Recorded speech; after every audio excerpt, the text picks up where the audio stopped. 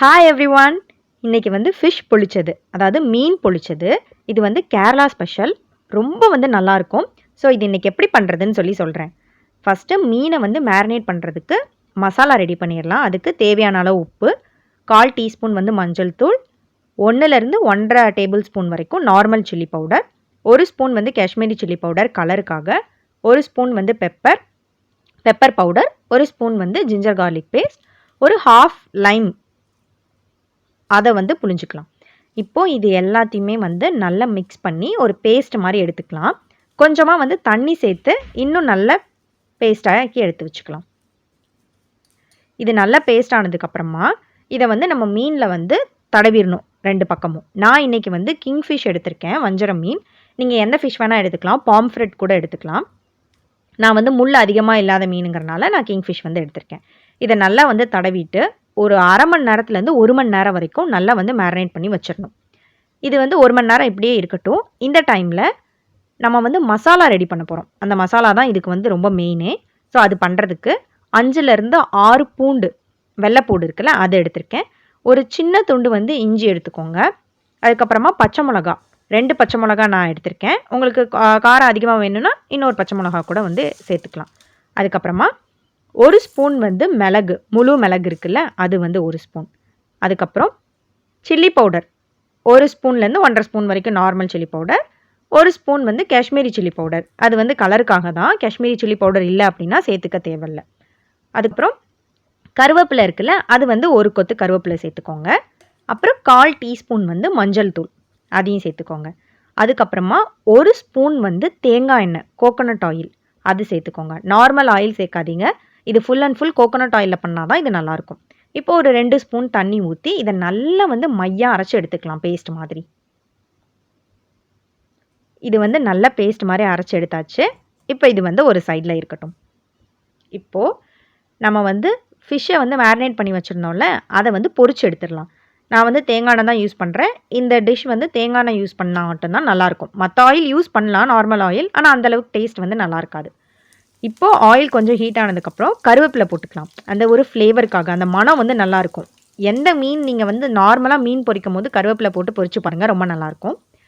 அதுக்கப்புறம் நம்ம மேரினேட் பண்ணி வச்சுருக்க ஃபிஷ்ஷை வந்து போட்டு பொரிச்சு எடுத்துடலாம். ஃபிஷ் வந்து இப்போ வந்து நல்லா வந்து ஃப்ரை ஆகட்டும். 2 சைடுமே வந்து இந்த பக்கம் ஒரு 5 நிமிஷம், அந்த பக்கம் ஒரு 5 நிமிஷம் அப்படி மாற்றி போட்டு நல்லா வந்து ஃப்ரை பண்ணி எடுத்துக்கோங்க. இந்த டிஷ் வந்து ஃபஸ்ட்டு நம்ம ஃப்ரை பண்ணி ஃபிஷ்ஷை எடுத்துக்கணும்.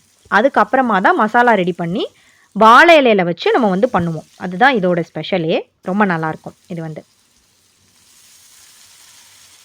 ஸோ இது வந்து ரொம்ப நல்ல கிறிஸ்பியாக ஃப்ரை ஆகணும் அப்படின்னு அவசியம் இல்லை. ஓரளவுக்கு ஃப்ரை ஆனால் போதும். ஏன்னா நம்ம மசாலாவில் வச்சு வாழை இலையில் பொதிஞ்சு வச்சு நம்ம திரும்பியும் வந்து தோசை தவாவில் வச்சு நம்ம வந்து சூடு பண்ணி எடுப்போம். அதனால் ஓரளவுக்கு வந்து ஃப்ரை ஆனால் போதும். இப்போ மீன் வந்து நல்லா பொரிஞ்சுட்டு இதை தனியாக எடுத்து வச்சிடலாம்.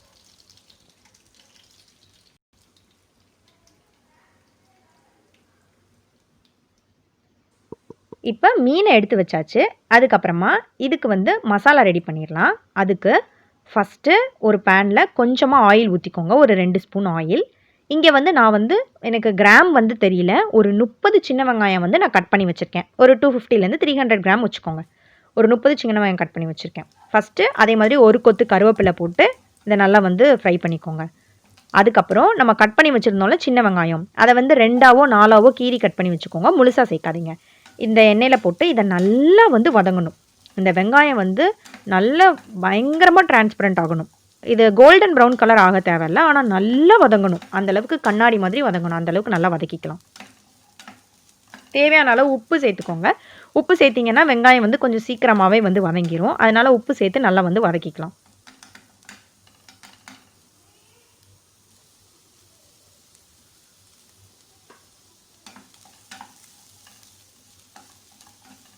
வெங்காயம் நல்லா வந்து வதங்கட்டும். இந்த மாதிரி நல்லா வந்து வதங்கியிருக்கணும். நம்ம போடும் போது எப்படி இருந்தது, இப்போ நல்லா கண்ணாடி மாதிரி ஆயிடுச்சுல. வெங்காயம் இந்த மாதிரி வதங்கினதுக்கப்புறமா நம்ம ரெடி பண்ணி வச்சுருந்தோம்ல பேஸ்ட்டு, அந்த பேஸ்ட்டை இதில் வந்து போடணும். இதில் சேர்த்து இந்த பேஸ்ட்டோட பச்சை வாசம் வந்து நல்லா போகணும். அந்த ரா ஸ்மெல் போகிற வரைக்கும் இதை நல்லா வதக்கிக்கிட்டே வந்து இருக்கணும். உங்களுக்கு வந்து இந்த பேஸ்ட் ஒரு வேளை எனக்கு வந்து இந்த பேஸ்ட் வந்து ரொம்ப பிடிக்கும், இந்த கிரேவி. அதனால நான் அந்த பேஸ்ட்டு ஃபுல்லாகவே கொட்டிட்டேன். உங்களுக்கு ஒரு வேளை அதிகமாக இருக்கிற மாதிரி தெரிஞ்சிச்சு அப்படின்னா கொஞ்சமாக பேஸ்ட் போட்டுக்கோங்க. ஏன்னா நிறைய பேருக்கு இந்த பேஸ்ட்டோட ஸ்மெல் ஃபஸ்ட் டைம் வந்து பிடிக்காது. இந்த கிரேவி வந்து நிறைய பேருக்கு ஃபஸ்ட் டைம் ட்ரை பண்ணும்போது பிடிக்காது. ஸோ அந்த ரா ஸ்மெல்லாம் வந்து போட்டும், ரா ஸ்மெல் போனதுக்கப்புறம் ஒரு தக்காளி நான் வந்து கட் பண்ணி வச்சுருக்கேன். அதை இதில் வந்து ஆட் பண்ணுறேன். ஒரு தக்காளி அதையும் சேர்த்து இந்த தக்காளி வந்து நல்லா மேஷ் ஆகணும். எல்லாமே வந்து சேர்ந்து ஒரு பேஸ்ட் மாதிரி கிரேவி மாதிரி ஃபார்ம் ஆகணும். அது வரைக்கும் நல்லா வதக்கிக்கோங்க.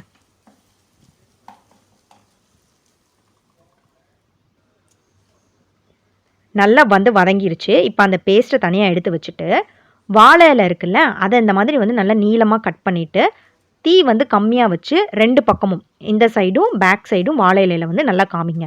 அப்போ தான் அப்படி அந்த வாழை இலை மேலே தான் நம்ம வந்து மீன் பொரிச்சதையும் அந்த மசாலாவும் வைக்க போகிறோம். இப்போ அந்த ஏற்கனவே காமிச்ச ஒரு வாழை இலை மேலே குட்டியாக இன்னொரு வாழை இலை வச்சுருக்கேன். எதுக்காகனா, நம்ம தோசைக்கல்ல வைக்கும்போது அடியில் இருக்க வாழை இலை கொஞ்சம் கரிஞ்சி அடி பிடிச்சா கூட மேலே இன்னொன்று ஒரு சேஃபர் சைடுக்கு நம்ம வச்சுருக்கோம்ல, அதுக்காக. இப்போது இதுக்கு மேலே நம்ம பண்ணி வச்சுருந்தோம்ல அந்த வெங்காயம், தக்காளி பேஸ்ட்டு எல்லாத்தையும் அந்த மசாலாவை இதில் வைக்கலாம். ரொம்ப நிறைய அப்படி வைக்க வேணாம். லைட்டாக வச்சு அதை நல்லா ஸ்ப்ரெட் பண்ணி விட்டுக்கோங்க.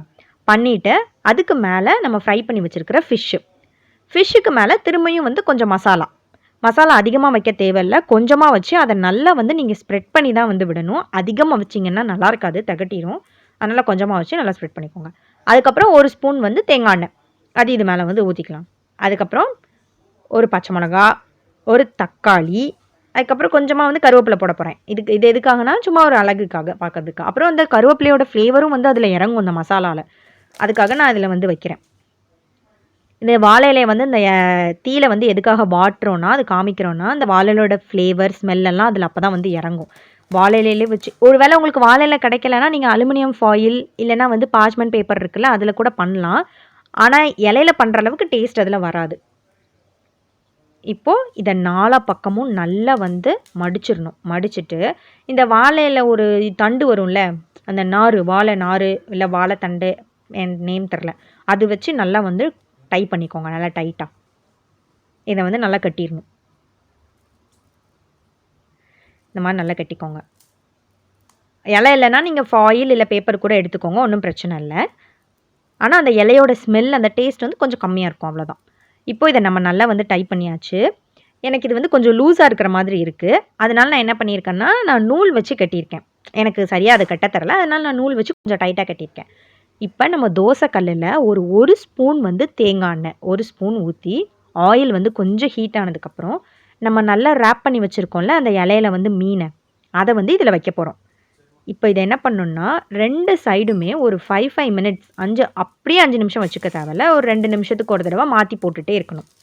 இந்த இலையோட இந்த மாதிரி ப்ரௌன் கலர் அந்த இலை வந்து சுருங்கி அந்த கலர் மாறி உங்களுக்கு ஸ்மெல் வரும். அந்த இலை ஸ்மெல்லு, மீன் ஸ்மெல் எல்லாம் 5 நிமிஷம், ஒரு பக்கம் 5 நிமிஷம், இன்னொரு பக்கம் 5 நிமிஷம் அப்படி மாற்றி போட்டு நல்லா வந்து பிரட்டிகிட்டே இருக்கணும்.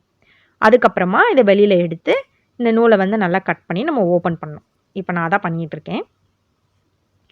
இப்போ நம்ம ஓப்பன் பண்ணி பார்க்கலாம். செம்மையாக இருக்கும், வாசனையே செம்மையாக இருக்குது. இது ரொம்ப நல்லாயிருக்கும். இதை ட்ரை பண்ணி பாருங்கள். ஆனால் கொஞ்சம் டைம் ஆகும், ரொம்ப நேரம் ஆகாது, ஆனால் ஓரளவுக்கு டைம் ஆகும். ஸோ வீக்கெண்ட்லலாம் வந்து ட்ரை பண்ணி பாருங்கள். எப்போதும் பொரிச்ச மீன் குழம்பு அப்படி பண்ணுறதுக்கு இந்த மாதிரி பண்ணி பார்த்தீங்கன்னா வந்து நல்லாயிருக்கும், ரொம்ப நல்லா பிடிக்கும். ஆனால் நான் சொன்ன மாதிரி அந்த மசாலா இருக்குல்ல, எனக்கு அந்த மசாலா ரொம்ப பிடிக்கும், அதனால நான் அது போட்டிருக்கேன். இது ஆக்சுவலி மீன் பொரிச்சது 2 மெத்தட் இருக்குது. இது வந்து ஒரு மெத்தட். இது ஆக்சுவலி இன்றைக்கி நம்ம பார்த்துருக்கிறது வந்து காமன் மெத்தட். இன்னொரு மெத்தட் நான் இன்னொரு நாள் வந்து சொல்கிறேன் எப்படின்னு. ஸோ இப்படி தான் வந்து இருக்கும். இதை ஓப்பன் பண்ணோடனே மசாலா வேணால் கொஞ்சம் நீங்கள் கம்மியாக, ஃபஸ்ட் டைம் ட்ரை பண்ணுறதுனால கம்மியாக போட்டுக்கோங்க. சூப்பராக இருக்கும். அந்த பச்சை மிளகாவோட அந்த காரம், அப்புறம் கருவேப்பிலை, தேங்காய் எண்ணெயோட ஸ்மெல்லாம் சூப்பராக இருக்கும். ஸோ இதை ட்ரை பண்ணி பாருங்கள் கண்டிப்பாக நீங்கள் எல்லோரும். ரொம்ப நல்லாயிருக்கும். அந்த மசாலாவோடு அப்படியே அந்த மீன் பிச்சு அப்படியே சாப்பிட்ணும். நீங்கள் ஆப்பம் அதுக்கெல்லாம் கூட வச்சு சாப்பிட்லாம், நம்ம நல்லாயிருக்கும். வெறுமனையாக கூட சாப்பிட்லாம். ஸோ செஞ்சு பார்த்துட்டு எப்படி இருக்குன்னு சொல்லுங்கள். பாய்.